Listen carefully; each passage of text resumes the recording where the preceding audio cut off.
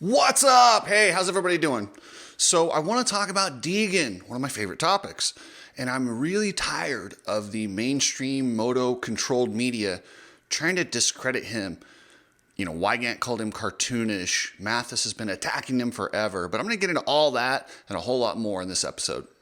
Remember, guys, subscribe. It helps the channel, and I really appreciate it. And some people have been getting unsubscribed. Just click that button again. I don't know what else to do. So anyway, thanks, guys, and let's get into this. You need people like me so you can point your fucking fingers and say, that's the bad guy. So Chance Hymas has been good. He's really opened some eyes this outdoor season. I mean, he was good at Paula. He was really good at Hangtown. Almost got a moto win. This weekend, he finally closed it out in Colorado. He got his very first moto win. The conditions couldn't have been more perfect for him. It was very, very West Coast. The tracks we ride out here in Utah, Idaho, California, Las Vegas, they're hard packed. They rut up. They look exactly like what he was riding. Jason Thomas, his description of it was perfect. I wasn't sure if he was going to be able to hold on till the very end, but like I said, because in the first moto, it almost seemed like he faded. So I'm like, does he not have it in him? Does he have it in him? I just think that when he was out there in the lead, he went into the zone. I don't think he's going to be able to do that every week, and I don't think he's going to battle either Vialle or Deegan for the championship. But he's here, he's good, and he's really made a level up. My only concern is he did tear his ACL in Supercross.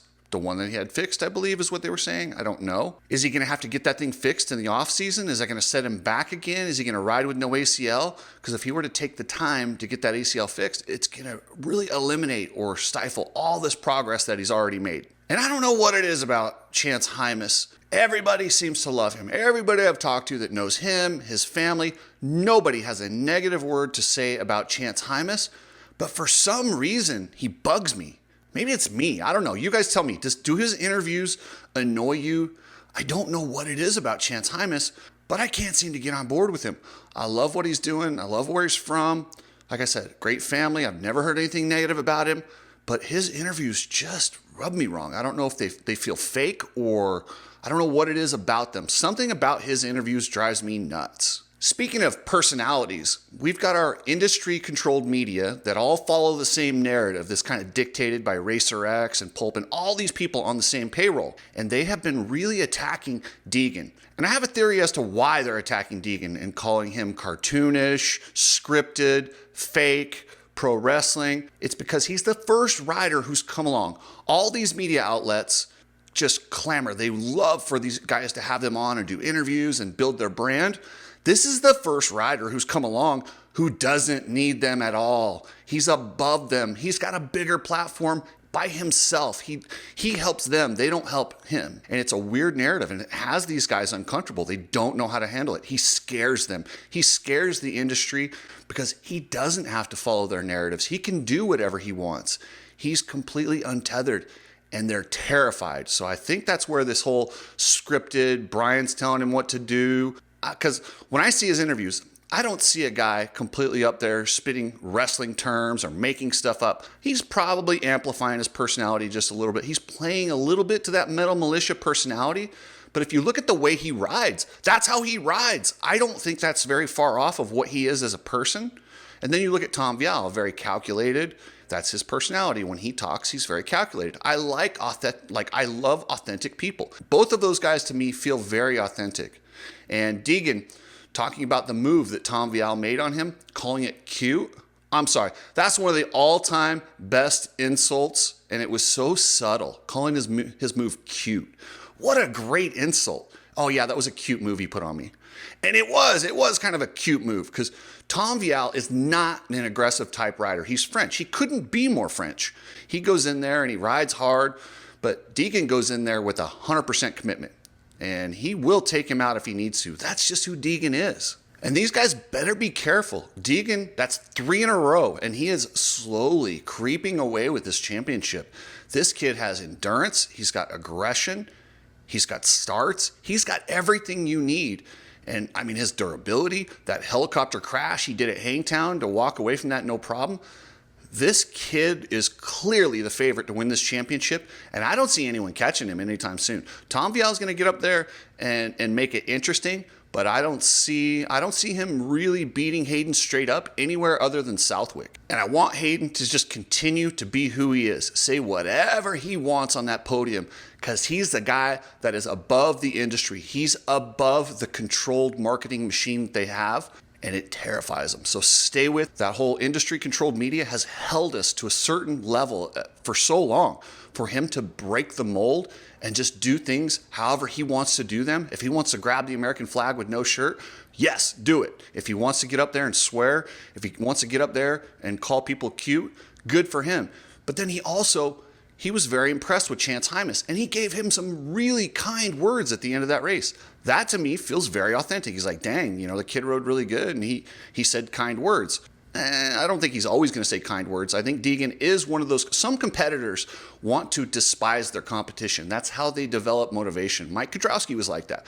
Mike Kudrowski, whoever his competition was, whether it be the nicest guy ever, Guy Cooper, or Jean-Michel Bell, Mike Kudrowski wanted to murder them. That's just like the mentality that he had to go out there and do his job. And I think Hayden's very similar in that sense. He wants to go out there and smash his competition. If you guys haven't checked out the Coach Rob podcast on navigating amateur motocross, I strongly recommend it. They had the legendary Andrew Short on for this episode this month, and they've got Derek Harris, who's really insightful, a very smart guy to kind of break down the ins and outs of amateur motocross.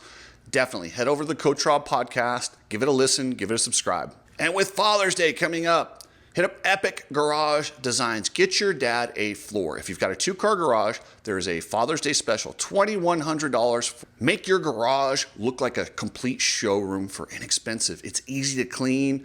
Somebody asked me about using a jack on it. Yeah, thing is, it's got those little ridges, so you can roll it. It's going to bump a little bit, but you can absolutely still use your car jack on that type of a floor. EpicGarageDesigns.com. So Tom Vialle is in a weird spot right now. He has got to change the momentum. He's down 23 points. Chance Hymas is tied with him for second place. He needs to change this momentum if he wants to be in this battle. I know he's got Southwick in not the next round. They go High Point, then they go to Southwick. He has got to at least even points at High Point, because if he loses more than a moto, by the time they get to Southwick, even if he goes 1-1, it's not going to be enough. He needs to really get some momentum back and get some respect back. Right now, Hayden doesn't respect him. I mean, he's to the point where he crashes and still knows he's going to beat Tom one way or the other. Tom needs to avoid riding dirty. That's not his specialty. If he falls into that game against Hayden, he's going to lose, because Hayden can ride dirty. This guy can flat put it down. He loves that. And I don't think Tom is that type of guy. I think the controversy, the opponent disliking them, I don't think that's Tom. Tom wants to go out there, do his thing. He couldn't be more French, which is kind of cool that you get, Deegan with the, hacksaw Jim Duggan American flag thing going on against a guy who's genuinely looks, talks, walks, rides. I mean, he could not be more French. The guy is awesome, and he's very, very talented. And he can absolutely make this thing a race, but he cannot allow himself to get dragged into one of these bitter stop-and-go rivalries where Hayden will win that 9 out of 10 times. So I was very concerned about Levi Kitchen coming into this series. He had that, very stressful Supercross season where he got taken out by his teammate right near the end, broken ribs. He had it almost locked up, and then it just kind of was ripped from him. That is devastating mentally. He has looked much better this year on the new Pro Circuit team, but he still doesn't have that grit the last 5 minutes of the moto. And Hayden Deegan even made comment of it at the first round. He's like, I know this guy. I can break this guy. I'm not worried about this guy. He's right. And I think that's wearing on Levi Kitchen.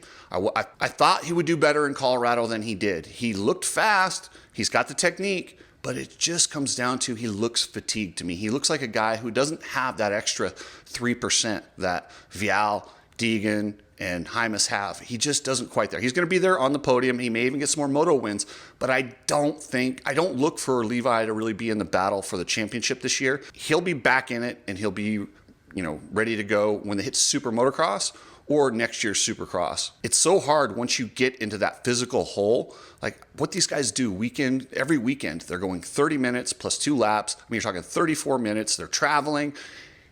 When you're fatigued, there's no time to rest. It's almost unhuman what we ask these guys to do.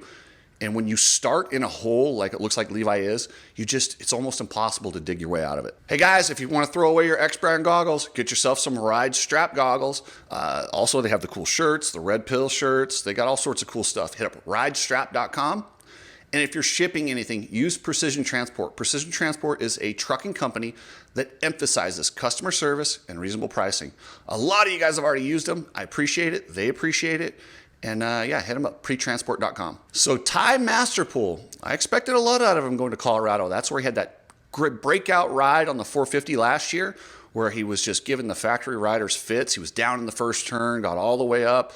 Like, he rode the wheels off that bike last year. It was one of those out of your mind type rides. I didn't expect him to win, but he did really well at Colorado. He fast qualifier, surprising, but not really. He's looking comfortable on that bike. One thing Ty Masterpool has had is speed. I look for him to start being up there right around 5th place. And if he gets a hole shot at a place like Redbud or something like that, he will get a moto win. He's the type of guy that if you give him a lead, he has speed. And if he just wants to empty it for one moto, I think you could see Ty Masterpool winning a moto and getting maybe a podium or two before this season's over. Another guy that's looking really good out there, and I'm watching him close because he rides exceptionally well at High Point, is Jalek Swoll on that Triumph. I had been predicting Joey Savacci. In fact, I told everyone at 12 to 1, 10 to 1, 9 to 1, he was a good bet to win. Man, I don't know what's going on with Joey, but he's not the guy for Triumph. Right now, Jalek Swoll's up there representing, battling up inside the top 3, top 5. He's right there. Look for him. I would be shocked if he's not on the podium at High Point. For whatever reason, he's won there in the past, and he just rides really good at that track. And he's looking stronger than he has in any other season, so it wouldn't really be coming out of nowhere like it did that year he won. And there's been a lot of discussion about track prep. I like it. I love that they changed things up. Throw these teams curveballs. I don't care that the riders don't like it. That's outdoor motocross. Outdoor motocross is not like Supercross. It's not controlled. It's not supposed to be the same thing every week. It's where you go. And that's part of what makes it great is we know Tom Vialle is going to be fast at Southwick. Jalek Swoll is going to be really fast at High Point. Everyone has their tracks. And they also have their tracks that they're not good at. And it's about managing the bad days and getting through this entire championship and being on top.